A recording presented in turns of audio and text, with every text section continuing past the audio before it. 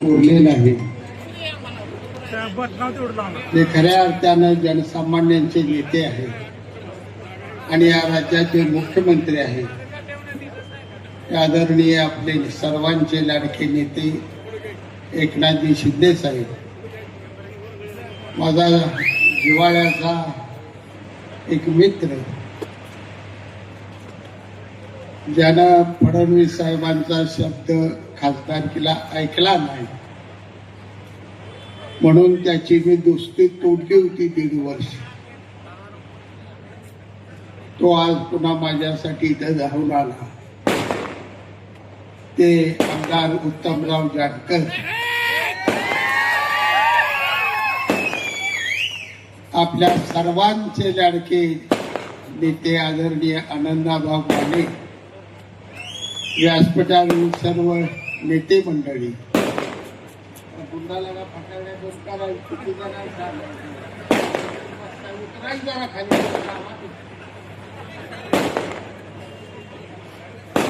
व्यासपीठावरील सर्व सन्मानित नेते मंडळी, तालुका अध्यक्ष गुंडा खटकाळे, दादासाहेब वाघमोडे, सागर पाटील, दिग्विजय पाटील, सर्व इतर नेते, आज मित्रांनो ही लढाई खऱ्या अर्थानं आहे ती सांगोला नगरपालिकेची निवडणूक, ही लढाई आहे। हे फटाकड्या भाषा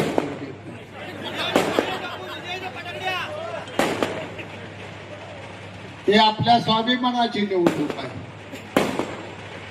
आज आपल्याला गुलाम बनवलं, इंग्रजाने गुलाम बनवलं, त्यापेक्षा ही मोठी गुलामगिरी आज सांगोला तालुक्यावर आली। आणि हाच धोका स्वर्गीय गणपतरावजी देशमुख 75 वर्ष आणि शहाजी बापू पाटील 51 वर्ष, दोघांनी या तालुक्याचा स्वाभिमान जीवन ठेवलं होतं। आमचा साधा सुद्धा माणूस सुद्धा रस्त्यानं ताट मानणं चालत होता, हे आमचं राजकारण होतं। आणि आज राजकारणानं वेगळं वळण घेतलं, हेलिकॉप्टरने येतं, धाड धाड धाड धाड धाड धाड मिलिटरीच्या माणसासारखं चालत सोडायचं, दाब द्यायचा, दाब दापाशा दाखवायला चाललंय काही नेमकं। निवडणुका लढवायला का तुम्ही गुंडगिरी दादागिरी आमच्यावर करा फिरायला तुमच्या सगळ्यांना माझी आई शपथ आहे, तुमच्या आईची उमेदवार या तालुक्यातला मिटिंग घेऊन बाबासाहेब देशमुखांनी बनकरावा जाहीर केला का मी आनंदा माने जाहीर केला होता? तुम्ही सांगा खरं बोल। उमेदवार जाहीर केला सगळ्या पक्षानं मिटिंग घेतली, शेतकरी कामगार पक्ष स्वतंत्र लढाई खेळणार आणि आमचा हुकमी एक्का बनकरावा उमेदवार। जयभाऊ नाव मला ठेवता 50 वेळा गावात आला, माझ्या त्या ऑफिस पुढं जात आहे, भुयारातनं गाडी बाग बाग बाग वाजत जाते, ती करोडोपती असलेल्या त्या बाळाचा बेरडिया बांधल्या जातात। आमच्या गरीबाच्या घरी त्या ऑफिस पोराच्या तर मिळाला सातू बाळा सारखं मग चौदार जेवण करायचं तिकडे जा पळत। ही लढाई मी जास्त बोलत नाही, या शहरासाठी माझ्या हट्टापोटी साहेबांनी 200 कोटी रुपये दिले। या 200 कोटी रुपयाची जर तुम्हाला काय दया माया दाखवायची असेल, काय हे आपल्याला साहेबांनी दिलेलं त्याचं काय फेडायचं असं धनुष्यबाण हे मला झटका नाही जाणार देऊ। दीपक आबा, साविन पटेल, आईचं बापाचं नाव घेऊन 50 वर्ष गुलाबजामुन बासुंदी खाताना इथं करून टाका। जरा वावळं जरा भेटायला लागलं का सावलीला जाण्यासाठी सगळा स्वाभिमान घाण ठेवून आजारी सलाईन लावून सुद्धा गडी पळव सुटतात बाळासाहेब हृदय बांधल्यावर। काय आमदार काय दीपक आबा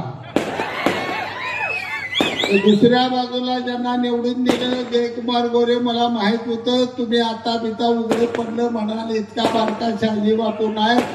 तुमच्या रकमा शेका पक्षाला पोचल्या आणि ती जवळ्याला कशा गेल्या, टायमिंग माणसाची नावं मला विचार. मी का पोचलो तो निवडणुकीआधी मला माहित होतं भाजपनं माझं कपाट बोललेलं आहे, पण मी शांत राहून काय बोललो नाही, टीका केली नाही. पराभवानंतर सुद्धा फडणवीस साहेबांवरून सांगतो मी भाजपवर आरोप केला नाही, पण भाजपने तर मदत शेका पक्षाला केली, तिथलं तालुक्याला माहित होतं, तरी आम्ही सहन केलं, कारण मित्र पक्ष आपला. आणि आज जुळवायचं सोडून तोडायचं करताय तुम्ही. कशासाठी तोडलं, काय मजा उभा होता? प्रशांत परेकरची आमदारकी करायसाठी रात्र भावा दोघं 3 महिने झोपलो नाही आम्ही. रणजित निंबाळकर निवडून आला पाहिजे म्हणून या उत्तम जानकरचं पाय धरलं मी. नवरा बायकोचं पाय धरली, पाय दोस्ता पोरगाय म्हणून एवढ्या वेळ ऐकून आयुष्यात काय ऐकू नको. 1,00,000 मताचं माळशिरस मधनं निंबाळकरला लीड घालवलं. ह्यांचा शब्द काल बोलला, नागपूरला घेऊन गेलो, यांनी फडणवीस साहेबांचं ऐकलं नाही. 1.5 वर्ष त्या बाजल्यात मी चहा सुद्धा प्यायला गेलो नाही. एवढा प्रामाणिकपणा भाजपशी माझा असताना कशासाठी माझा? मला निवडणुकीची भीती नाही, लढला नाही. रक्त भोसले गणाडला, बाजी प्रभू लढला, तानाजी मालुसरे लढला बाजी कांकर लढला, गावठीच्या दिल्लीत माझ्या छत्रपती संभाजी महाराजांच्या शेताचं तुकडं तुकडं झालं, तरी त्यानं सुद्धा सांगितलं की माझ्या हातातल्या साखळ्या सुद्धा तुझ्या हाती घोड्यापेक्षा दमदार देखण्या दिसत्या. की बोलणारा छत्रपती संभाजी महाराज त्याच्या हातातली अवलाद आहे. नरडत तुटून पडलं तरी माग पुढं बघणार नाही. तो स्वामी बांधलेलो तर ध्यान ठेवणार नाही. एवढं सांगतो, ही लढाई स्वाभिमानाची, ही लढाई आहे तुमची माझी, ही लढाई एकनाथ शिंदे साहेबांच्या अस्मितेची, जी अस्मिता जपण्यासाठी मावळ्यांनी प्राण दिलं, तसं शिंदे साहेबांच्या अस्मितासाठी ज्याने आपल्या सांगोला तालुक्यासाठी भरभरून दिलेला आहे, त्यांच्या अस्मितेला जपण्यासाठी दिसाल तिथं मग धनुष्यबाणाला मारा. आणि हे जे बसल्या मला माहित आहे, घाबरून त्यांना बी कळले, सगळे कपाट बोलले, काम झाले तमाम.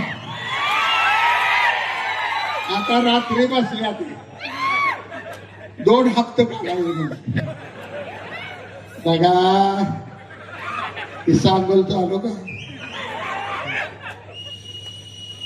सुभद्रेचं पंचपक्वान सोडून श्रीकृष्णानं द्रौपदीची भाजी भाकरी खाल्ली होती.